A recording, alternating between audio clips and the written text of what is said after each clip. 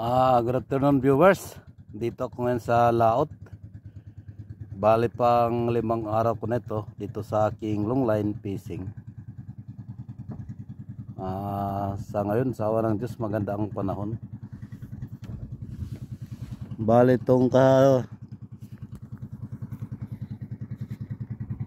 lumipat siya. Maraming nangangawil ngayon.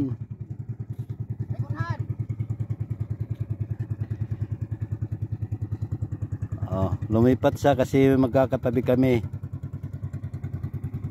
Kakatabi. Nandyan lang yung aking long line fishing. Bali dito ang malapit lang. Bali 20 minutes lang mula dun sa baryo namin. Sinurbi ko na yung long line fishing ko, walang huli. Pero 3 araw na ako dito, walang mahuli rito na blue marlin. Pero sa mga anong nakarang linggo, mayroon nagpakahuli rito ng mga blue marlin. Ewan ko lang kung swerte lang ako. Sa swerte ko kaya hindi ko makahuli.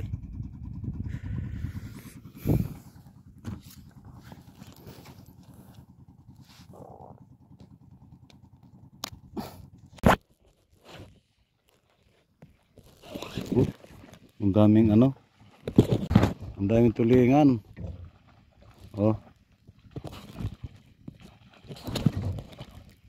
Ang daming tulingan.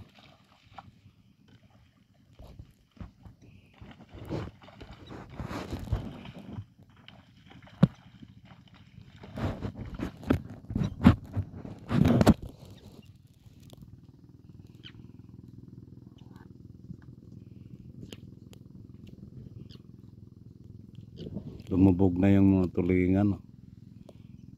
Lumubog. Ito na naman.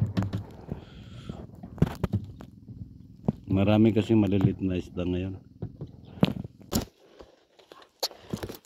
Ito. Dati nung malilit pa ako, makompa ko rito, mga 15 years old ako. Dito yung tatay ko, dito siya naguhulog na itong ganitong klase. Nakakahuli siya ngayon, nakakahuli siya. Pero sa ngayon siguro marami kasing nagngangawil. Ang daming nangangawil ngayon. Tagdilim ngayon kaya marami nangangawil.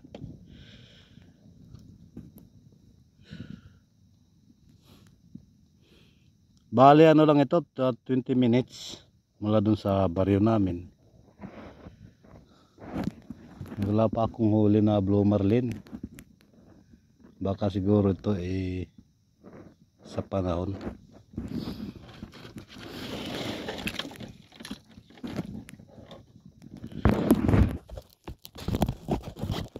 So maraming salamat sa inyong subscribe and like sa Samarboy channel. Balik combine ito ng kasi ako rin ang nag-vlog doon sa aming farm doon sa area Canusod. Ay 2 araw kami doon nagdadamo. Dito muna ako sa Pagkawil.